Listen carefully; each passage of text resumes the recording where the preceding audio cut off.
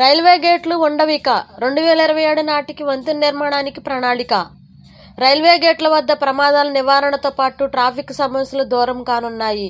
2027 నాటికి దేశంలో అన్ని రైల్వే గేట్ల స్థానంలో వంతెన నిర్మాణానికి కేంద్ర ప్రభుత్వం ప్రణాళిక రూపొందించింది, నిధులు కేటాయించింది. దీనికి సంబంధించి రాష్ట్రంలో కొద్ది రోజులుగా ఆ శాఖ అధికారులు రైల్వే గేట్లున్న ప్రాంతాలను పరిశీలించి ఆర్యూబీ దిగువ, ఆర్ఓబీ పై వంతెనలో ఏ నిర్మాణానికి అనుకూలమనే అంశంతో పాటు పలు సేకరణపై స్థానిక అధికారులతో చర్చిస్తున్నారు. విజయవాడ డివిజన్ పరిధి గూడూరు, అనకాపల్లి స్టేషన్ల మధ్య 390 రైల్వే గేట్లు ఉన్నాయి. వాటికి సంబంధించి అధికారుల బృందం ఇప్పటికే సుమారు 100 గేట్ల పరిశీలన పూర్తి చేసినట్లు సమాచారం. గత బడ్జెట్లో 2400 కోట్ల రూపాయలు. తొలుత స్థానిక పరిస్థితులు, ట్రాఫిక్ రద్దీ, స్థల లభ్యతను దృష్టిలో పెట్టుకుని ఎలాంటి వంతెన నిర్మించాలో నిర్ణయిస్తారు. కనీసం 2 వరుసల మార్గంతో నిర్మించేందుకు అనువుగా స్థల సేకరణ చేయాల్సి ఉంటుంది.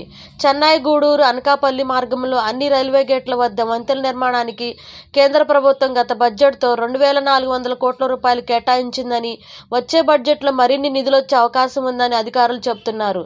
పశ్చిమ గోదావరి జిల్లాలో ఆకివీడు, ఉండి, భీమవరం, పాలకొల్లు తదితర ప్రాంతాల్లోని రైల్వే గేట్లను విజయవాడ నుంచి వచ్చిన రైల్వే ఎస్ఎస్ఈ ఎస్ శ్రీనివాస్ ఇతర అధికారులు బృందం బుధవారం పరిశీలించింది.